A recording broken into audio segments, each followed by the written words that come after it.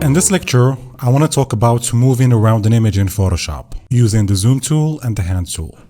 And this could be very important if you are doing skin retouching, because you want to be able to zoom in, fix specific spots of the image, and then move to another spot and fix it.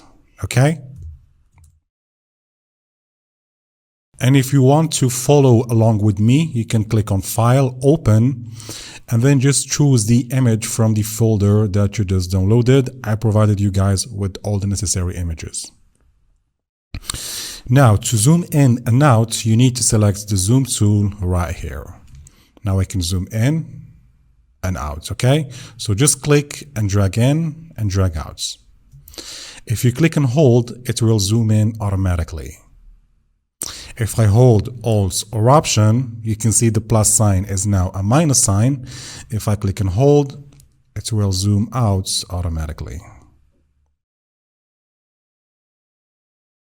If I click on the Move tool, I can hold Alt or Option on my keyboard and then scroll in and out with the middle mouse button. If I double click on the zoom tool, it will zoom in as maximum as the pixels allows it. If I want it back to normal, with the zoom tool still selected, I can right click and then fit on screen. Okay? One important thing to keep in mind is that if you double click and then zoom in more, the picture will start to pixelize, and we don't want this. Now, if you click on the hand, you will select the hand tool. And basically what it does is that it allows you to move around the picture, just like this.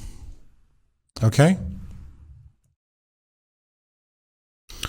If you click and hold on the hand tool, you can access the rotate view tool.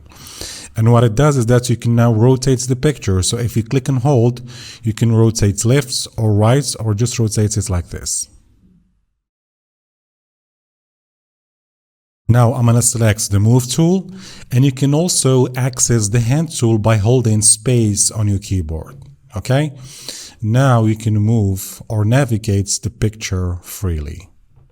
Let's go ahead and see how we can use the zoom tool and the hand tool in the real-world projects. So for example, let's say I want to remove this graphic word from here. I can grab the pen tool, make a selection like this around the word graphic, right click, and then make selection. Now I can select the eyedropper tool, select this color. You can see the color changes right here in the foreground. Click on the brush. Make sure we have hard brush, opacity 100%. And then I can just color or paint on top of it.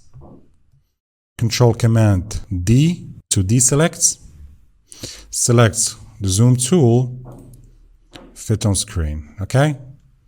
Now I can zoom in and out to see the work that I've done. So as you can see, I didn't use the tools directly. I'm just using the shortcuts on my keyboard. So if I want to zoom in, I hold Alt, and if I want the hand tool, I hold space on my keyboard. So that was pretty much all for this lecture, and see you on the next one.